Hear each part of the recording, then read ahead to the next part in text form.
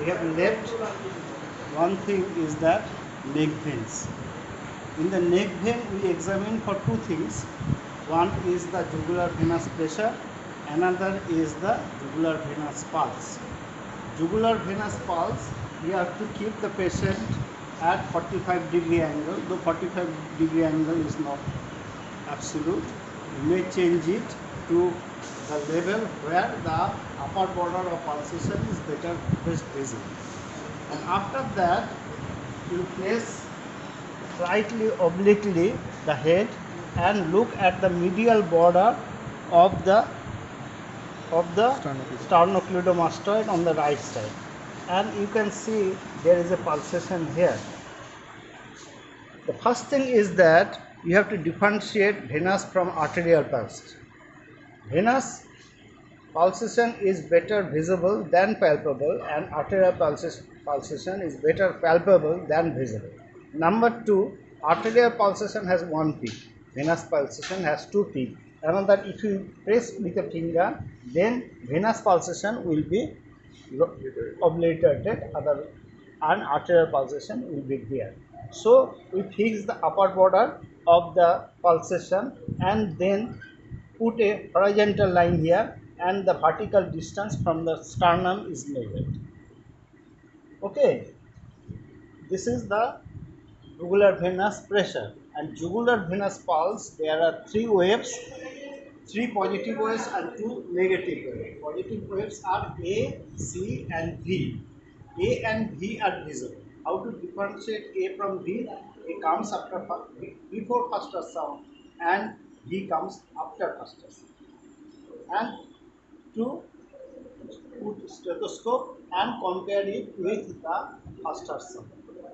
The wave that comes before first ultrasound is A wave, and the wave that comes after the first ultrasound is V wave.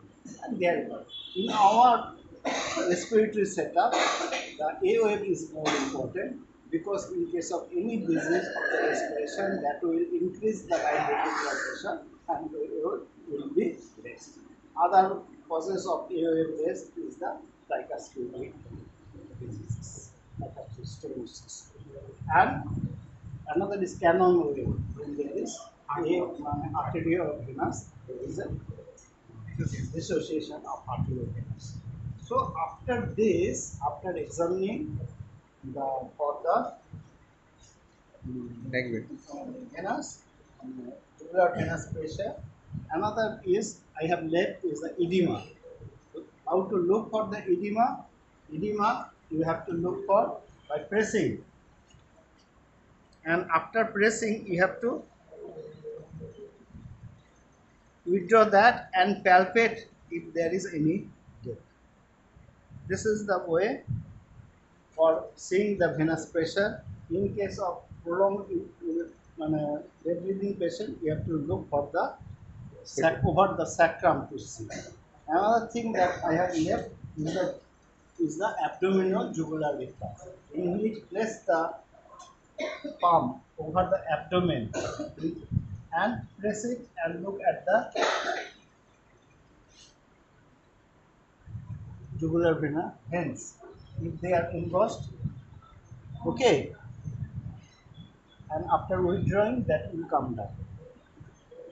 There is another Kussmaul sign. What is Kussmaul sign? Inspiratory fall of the jugular venous pressure. And this is Kussmaul sign. Another important thing is that in superior vena cava obstruction, we will get the engorged vein without pulses. In case of right ventricular failure, in congestive cardiac failure, and for pulmonary, you will get the engorged veins with pulses. But these are the two conditions in which the jugular venous pressure is.